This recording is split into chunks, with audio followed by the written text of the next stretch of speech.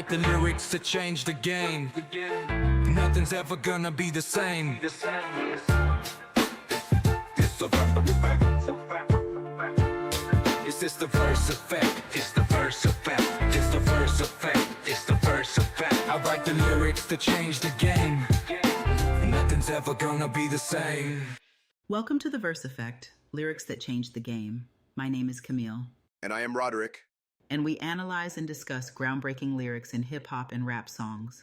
What is today's song, Camille? Today we are discussing I Need Love by LL Cool J. Okay, well, let's start with this line.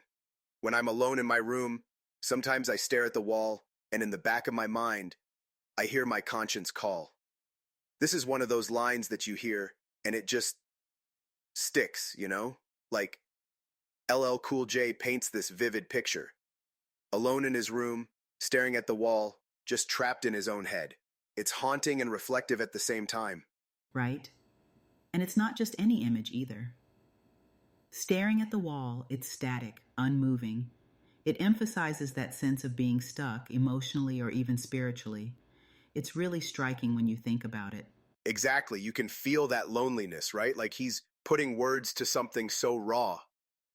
And then he brings up his conscience, like this voice in the back of his head pulling him out of that moment. It's deep.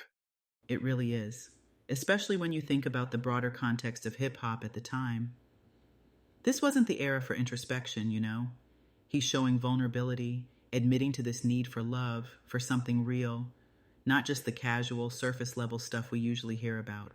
And it stood out so much because of that. LL wasn't just flexing, he was pouring his heart out. I mean, his conscience.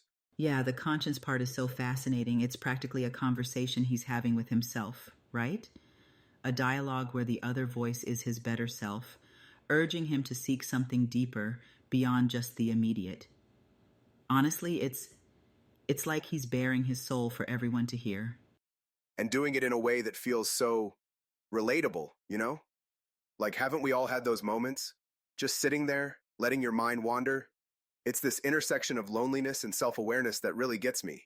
You know, right after that moment of introspection, he drops this. I'm looking for a love, not a one-night stand. And wow, what a shift. In a genre dominated by bravado and casual hookups at the time, LL Cool J doesn't just challenge the norm. He opens the door to a deeper, more vulnerable narrative. Totally. It's like, how often do we hear that level of honesty in early hip-hop, especially from male artists? He's putting it out there, that he's not afraid to want something deeper, something real. It challenges the stereotypical images of masculinity, for sure. Right? And he makes it sound, how do I put this, like strong yet vulnerable at the same time. He's saying, yeah, I want love, and he's not hiding from it. It opened the door for so many relationship-focused songs to follow. I mean, this set the tone for a whole new emotional range in rap. Exactly. And what's really powerful about it is how it reclaims tenderness, right? Like he's saying, this isn't weakness, this is strength. I think it made space for other artists to explore love without feeling like it had to come packaged in cliche hypermasculinity or something. For real. It kind of widened hip-hop's emotional vocabulary. Like, you could still be cool and talk about needing connection. And honestly, it stood out so much because it was such a contrast to what was out at the time. Here, he wasn't boasting about conquests. He was longing for something meaningful. And that longing, that search for love, I mean, it's universal, right? That's why it resonates so deeply. He's talking about wanting a committed relationship in a way that feels genuine, not performative. It's a kind of emotional courage that's rare even now. And it broadened what hip-hop could be about. Suddenly you have space for songs that dig into relationships, into vulnerability, in ways we hadn't really heard before. It shifted the culture. And speaking of emotional courage, this line, it's poetic in all the best ways. A desire for true love floating around. It's like LL captured something so raw and unexpected. You can almost sense the surprise in his voice, like, whoa, did I just uncover this feeling? It's incredible. Right? And floating around gives it this intangible quality, like love is out there, independent of him, just waiting to be discovered. It's almost, I don't know, mystical, but also very human in how it captures that feeling of stumbling into something so profound. Absolutely. And it's so vulnerable, isn't it? Like, Here's a dude who built his career on confidence and swagger, and suddenly he's admitting, hey, love kind of caught him off guard. That's, pretty groundbreaking for the time. It really is. And it disrupts the whole player archetype that was so dominant back then. He's leaning into being caught off guard, not controlling the situation. And I think that makes it even more impactful. Exactly. And think about what it says about desire, too. It's not this calculated pursuit, it's organic, right? Like something in the air, something he couldn't ignore even if he wanted to. Oh, and I'd argue that it also reframes love as a kind of discovery rather than a conquest. That shift is so important because it moves away from this transactional view of relationships to something more meaningful, more authentic. It's an acknowledgement of vulnerability, but also of joy. Exactly. And it's not just about finding love, it's about realizing he even wanted it in the first place. That's a whole other layer. Like this moment of self-awareness that's so... Yeah, and self-awareness isn't something we often associate with hip-hop during this era, right? It's always about projecting confidence, control. But here he is, showing an inner dialogue, almost like he's processing his own emotions as he's saying it. That's powerful. And at the same time, he makes it relatable. Who hasn't been caught off guard by feelings they didn't expect? It's that mix of surprise and connection that really makes it hit home. Exactly. It's universal, but still so personal to him. That balance is what makes it such a standout moment. It's fascinating how LL takes this vulnerability and elevates it even further, Camille. Without you, my whole world's a fall. This isn't just a love song. He's laying everything out there, showing how much this love has transformed his entire existence. It's like if love caught him off guard before, now it's become the very thing keeping him grounded. That's some serious emotional weight. Right, and it's hyperbolic, but intentionally so. To collapse your whole world? That's a bold metaphor for love, for dependency. It's not just sweet. It's like he's amplifying the stakes of vulnerability to their highest level, you know? Exactly. It's almost cinematic, right? Like you can picture the stakes he's talking about. He's laying it all out there. Love isn't just something he wants, it's something he needs to keep his world from falling apart. And coming from LL, that vulnerability hits so different. It really does. And the way he positions it, it's not just about him. It's about the relationship itself being the foundation of his life. There's an element of selflessness in there too, like he's acknowledging how much his happiness is tied to someone else's presence. Oh, absolutely. And think about it. This was at a time when, in hip-hop, emotional depth wasn't exactly on the menu.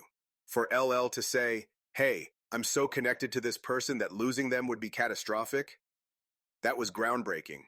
It gave other artists permission to get real about their feelings, their ups and downs. Exactly. And it challenges that whole hyper-masculine narrative too, right? He's not suppressing these emotions. He's diving right into them. And it's a kind of vulnerability that expands what hip-hop can talk about, what emotions it can hold.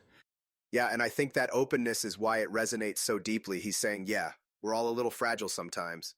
And that fragility, it's not a weakness. It's just human. You feel me? Totally, but it's not just... That vulnerability we were talking about, it reminds me of gestures like this.